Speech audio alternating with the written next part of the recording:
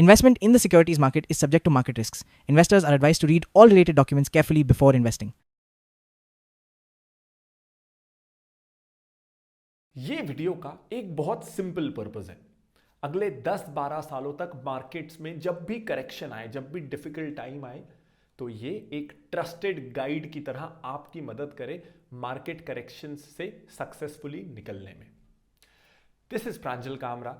आप देख रहे हैं Finology, the financial freedom company. आज इस वीडियो में मैं अपने ऑब्जेक्टिव को फुलफिल करूंगा 2 ब्रॉड मॉड्यूल्स के जरिए।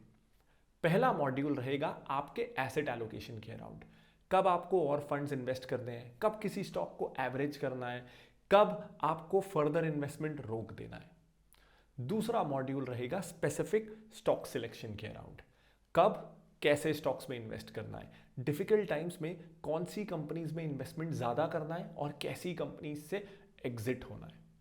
ये 2 मॉड्यूल्स के जरिए मुझे लगता है कि जो ये वीडियो का ऑब्जेक्टिव है, अगले 10 सालों तक आपका ट्रस्टेड गाइड रहना सारे मार्केट के डिफिकल्ट सिचुएशंस में, वो फुलफिल हो सकेगा। शुरू करें।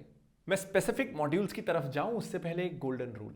ऐसे समय में नेगेटिव न्यूज फैला के बहुत लोग हमारे डर का फायदा उठाते हैं, अपनी टीआरपी बढ़ाते हैं, इन्फ्लुएंसर्स हो या मीडिया हो। इस चक्कर में फंस मत जाना। सब बुरा ही होने वाला है, बुरा ही होने वाला है, ये सोच के या इसको कंज्यूम करके आपको तो कुछ मिलने वाला है नहीं ना। तो थोड़ा पॉजिटिव रहते हैं ना।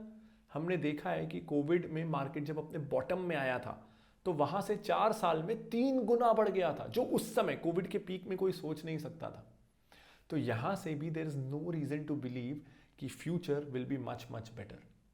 मार्केट कहां जाना है हमारे कंट्रोल में नहीं है, लेकिन पॉजिटिव सोचना है या नेगेटिव, ये हमारे कंट्रोल में है ना। तो थोड़ा पॉजिटिव सोचते हैं और अब स्पेसिफिक्स की तरफ चलते हैं। तो अब हम बात कर रहे हैं एसेट एलोकेशन की।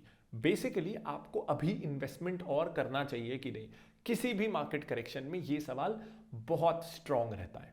अभी आपको इन्वेस्टमेंट करना चाहिए या नहीं।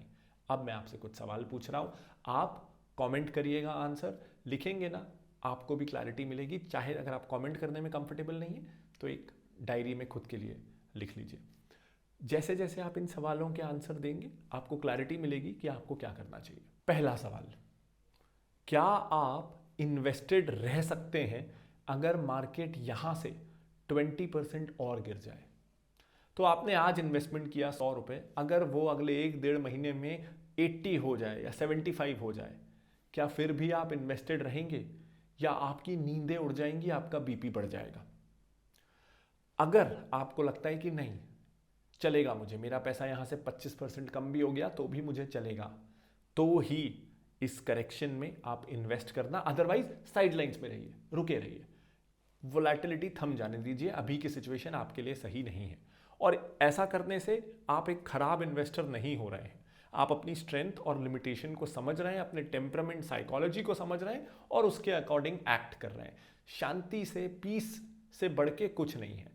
तो अगर इतनी वोलेटिलिटी से आपकी नींद उड़ती है, साइडलाइंस में रहिए, फ्रेश इन्वेस्टमेंट मत करिए। क्वेश्चन नंबर 2, जो पैसा आप आज मार्केट में लगाने जा रहे हैं, क्या उस पैसे को आप मिनिमम 5 इयर्स तक इन्वेस्टेड रख सकते हैं? अगर हां, फ्रेश इन्वेस्टमेंट्स करिए, अगर नहीं, मत करिए।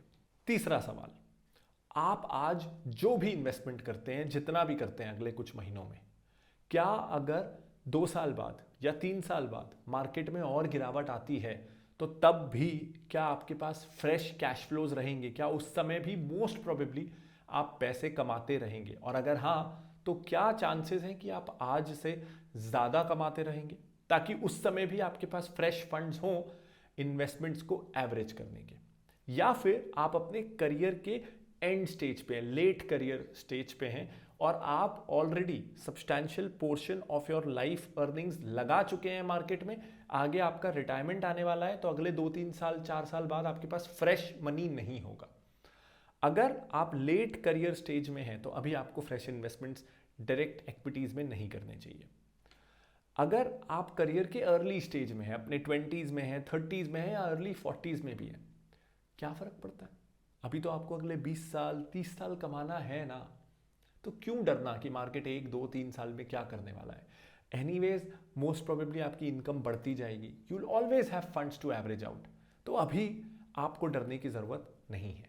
चौथा सवाल, आप अभी जो इन्वेस्टमेंट कर रहे हैं, क्या वो फंड्स को इधर उधर हर जगह से निकाल के, आपने गोल्ड का एलोकेशन आप निकाल लिया, एफडी तोड़ दी और आप चाहो तो दोस्त से भी मांगने का सोच रहे हो, ऐसा जुगाड़ करके इन्वेस्टमेंट कर रहे हैं, या ये फंड्स सच में आपका मंथली सरप्लस है या पुराना एक्यूमुलेटेड रिजर्व है? देखो, ये बहुत टेम्पटेशन होता है जब कई बार हमें हमारे अच्छे अच्छे स्टॉक्स बार्गेन में मिल रहे होते हैं, हमें लगता है सब कुछ जहां से पैसा मिल रहा है वहां से ले लो और डाल लो। अगर आप ऐसा कर रहे हैं, ट्रस्ट मी, ये बहुत बड़ा डिजास्टर हो सकता है। ऐसा प्लीज मत करना, आई वुडेंट रिकमेंड इट। हाँ, 100 लोग ऐसा करेंगे तो 1-2 बहुत सक्सेसफुल भी हो जाएंगे, पर ये ध्यान रखिएगा ये बहुत रिस्की स्ट्रैटेजी है। 10 में से 9 लोग जब ऐसा करेंगे तो वो बैंकक्रप्ट हो जाएंगे। तो आप अपने आप को उस स्ट्रैटेजी से एक्सपोज मत करो जिसमें फेलियर का चांस 90% है। 1-2 एग्जाम्पल्स को देख के ये मत करना। बाकी सारे सवाल जो मैंने आपसे पहले पूछे उसको लेके भी आपको क्लैरिटी है और आंसर ये आ रहा है कि हाँ, मैं कर सकता हूँ, मेरे रिटायरमेंट को अभी टाइम है, मेरे पास सरप्लस है, मैं 5 साल इन्वेस्टेड रह सकता हूँ, मार्केट गिरेगा तो भी मैं पैनिक नहीं करूँगा। एक सवाल और आता है, मान लेते हैं मार्केट यहाँ से गिरता जाए तो मैं कब कब फर्दर एवरेजिंग करूँ अपने स्टॉक्स की? देखो, इसमें मेरा एसेट एलोकेशन प्रिंसिपल सिंपल है। कोई भी एक स्टॉक में आपका बहुत हुआ मैक्सिमम सीलिंग 10% होनी चाहिए आपके पोर्टफोलियो की। 100 रुपए अगर आपने मार्केट में लगाए हैं, एक स्टॉक में 10% से ज्यादा नहीं, मैक्सिमम। ये भी बहुत हुआ तो मैं तो कहूंगा 5-6% से ऊपर एक स्टॉक में आपका इन्वेस्टमेंट नहीं होना चाहिए, ताकि कम से कम 20 स्टॉक्स का आपका एक पोर्टफोलियो हो। अब इसको आप एवरेजिंग कैसे करोगे? मैं 6% की अगर सीलिंग मानूं, आपके पास 100 रुपए हैं, पहली बार में आप कोई भी स्टॉक में उसमें से 3% का एलोकेशन करिए, 3 रुपए आप उस शेयर में लगाइए। जब वो स्टॉक 20 से 25% नीचे आ जाए, and if you are still confident about that stock, तो उसमें 1.5% और एलोकेशन करिए। उसके बाद अगर वो स्टॉक फिर से 20% से ज्यादा करेक्ट हो जाए तो 1.5% कैपिटल और एलोकेट करिए। इसके बाद उसको टच नहीं करना है, क्योंकि कई बार क्या होता है, हम trying to catch the falling knife में हम एसेट एलोकेशन डिसिप्लिन भूल जाते हैं और बहुत सारा इन्वेस्टमेंट उस स्टॉक में कर देते हैं। ये नहीं करना है। 2 बार आपने एवरेजिंग कर ली, आपके पोर्टफोलियो का वो 6% हो गया, इसको सीलिंग मानिए, इसके आगे उस स्टॉक को भूल जाइए। क्लियर है? आपने 100 रुपए में कोई स्टॉक लिया, वो 20% गिरा, 80 रुपए आपने 1.5% एलोकेशन बढ़ा दिया, वो फिर से 20% गिरा, आपने 1.5% एलोकेशन और बढ़ा दिया, उसके बाद हम नहीं छुएंगे उसे, भूल जाएंगे उसे। अब आई होप ये फर्स्ट एसेट एलोकेशन मॉड्यूल आपको क्लियर हो गया होगा। अब अपन सेकेंड मॉड्यूल की तरफ चलते हैं, स्टॉक सिलेक्शन। देखो, ब्रॉडली रूल नंबर 1 आपको ये समझना है कि मार्केट करेक्शन में अच्छे स्टॉक्स हों, बुरे स्टॉक्स हों, सब गिरते हैं। जस्ट बिकॉज उनका शेयर 20-25%, 30% गिर गया है तो अच्छी कंपनीज सडनली बुरी कंपनी नहीं बन गई है। Good stocks suddenly don't become bad stocks just because market में करेक्शन आ गया है। तो अगर वो कंपनीज अच्छी हैं तो उन पे भरोसा रखना है। रूल नंबर 2, ये ऐसी सिचुएशन बहुत अच्छी होती है कि आप अपने बैड स्टॉक्स का जो फंड है उसको निकाल के अच्छे स्टॉक्स में शिफ्ट करें। ये मत देखिए कि कितना लॉस हो रहा है, आपने 100 रुपए का कोई स्टॉक लिया, वो 50% गिरा हुआ है तो मैं लॉस कैसे बुक करूं। ये सब मेंटल बैरियर्स के चक्कर में मत पड़िएगा। सिंपल सा एग्जांपल ये है, अगर 2 पेड़ है, एक अच्छा फल देने वाला पेड़ है, एक पेड़ से फल नहीं मिल रहा, तो जो पेड़ फल नहीं दे रहा हम उसमें और इन्वेस्टमेंट क्यों करेंगे? जो पेड़ फल दे रहा है हम अपना खाद, अपनी मिट्टी, फर्टिलाइजर सब उसकी तरफ शिफ्ट करेंगे ना। उसी तरह आपको ये नहीं देखना है कि जिस कंपनी से लॉस हुआ है आपका, अब वो जब तक ब्रेक इवन नहीं होगी ना मैं नहीं बेचूंगा। प्रिमिटिव थिंकिंग, उसी से मैं बदला लूंगा, उसी से मैं रिकवरी करूंगा, ये ईगो बैटल में नहीं फंसना है, उससे निकलना है। और अच्छी कंपनी भी आपको रीजनेबल प्राइस पे मिल रही है, ऐसा कम होता है। क्वालिटी स्टॉक्स आपको अच्छे भाव पे मिले, ये कम होता है। बुरे स्टॉक्स आपको अच्छे बार्गेन भाव पे हमेशा मिलेंगे, लोगों को चाहिए नहीं ना, वो लोगों को पड़ी नहीं है। अच्छे स्टॉक्स रीजनेबल भाव पे कम मिलेंगे तो उसका फायदा उठाना है। अच्छे समय में हो सकता है ये जो आपका 50% लॉस है ना, ये भी बिकॉज आपने क्वालिटी में इन्वेस्ट किया था तो आपकी रिकवरी हो जाए।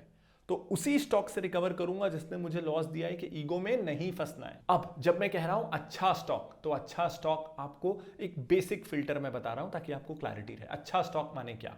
खुद से पूछिए पहला सवाल, क्या आपकी कंपनी जिसमें आप पैसा लगाने का सोच रहे हैं वो अपनी इंडस्ट्री की लीडर है? वो इंडस्ट्री बड़ा होना ज़रूरी नहीं है, फार्मा, आईटी, एफएमसीजी होना ज़रूरी नहीं है, लेकिन जिस भी सेक्टर में है क्या उसमें वो नंबर 1 या नंबर 2 प्लेयर है? उनके लिए रिकवरी हमेशा ईजी होती है। डिफिकल्ट टाइम्स में वीक प्लेयर्स बैंकरप्ट हो जाते हैं, एग्जिट करते हैं, स्ट्रॉन्गर प्लेयर्स का मार्केट शेयर एक्सपांड होता है जब रिकवरी फेज आता है। तो लुक फॉर इंडस्ट्री लीडर्स। दूसरा सवाल, क्या उस कंपनी की 20 सालों की हिस्ट्री है? उस हिस्ट्री में आप देखिए कि जब जब डिफिकल्ट समय आया तो क्या कंपनी उससे सक्सेसफुली उसको राइड करके स्ट्रॉन्गर इमर्ज हुई। आपकी कंपनी ने कोविड के समय क्या किया? आपकी कंपनी ने जब ब्रेक्जिट आया, जीएसटी आया, जब वॉलेटाइल समय आया तो कंपनी ने उसको कैसे राइड किया? क्या उसकी डिफिकल्ट टाइम्स से बार बार सक्सेसफुली निकलने का ट्रैक रिकॉर्ड है? ऐसे समय में रिस्की बैलेंस शीट वाली कंपनी से दूर रहिए। क्या कंपनी के पास सफिशिएंट रिजर्व्स हैं? क्या वो जीरो डेट या ऑलमोस्ट जीरो डेट है? प्रमोटर शेयर होल्डिंग कैसी है? क्या वो शेयर होल्डिंग प्लेज्ड है? बेसिकली हेल्दी रिजर्व्स होने चाहिए कंपनी के पास, ज़्यादा इंटरेस्ट बर्डन नहीं होना चाहिए, क्योंकि खराब मार्केट में ना जनरली मोस्ट कंपनीज की प्रोडक्ट्स की डिमांड श्रिंक होती है, तो वैसे में उन्हें इंटरेस्ट पेमेंट्स में प्रॉब्लम हो जाता है और कंपनीज बैंकरप्ट हो जाती हैं। तो आपकी कंपनी पे इंटरेस्ट बर्डन नहीं होना चाहिए, liquidity, cash flow situation healthy होनी चाहिए, इसका ध्यान रखना। एक सवाल खुद से पूछना कि जिस सेक्टर में मैं इन्वेस्ट कर रहा हूं, क्या वो सेक्टर अभी दुनिया के सारे यूजर्स में, मैं एफडी में इन्वेस्ट कर सकता हूं, म्यूचुअल फंड में, गोल्ड में, इंडियन स्टॉक मार्केट में 5000 कंपनी है, ना जाने कितने सेक्टर्स हैं, तो क्या मेरा सेक्टर मेरे लिमिटेड पैसे का बेस्ट यूज है? क्या इस सेक्टर में पैसा लगाने से अच्छी अपॉर्चुनिटी अभी इस दुनिया में है ही नहीं? Can you say that confidently? और फिर इसी सवाल को आगे लेके जाना, क्या इस दुनिया में अनलिमिटेड जो इन्वेस्टमेंट अपॉर्चुनिटीज हैं उसमें मेरे पैसे के लिए बेस्ट इन्वेस्टमेंट अपॉर्चुनिटी ये स्टॉक है क्या जिसमें मैं लगाने जा रहा हूं?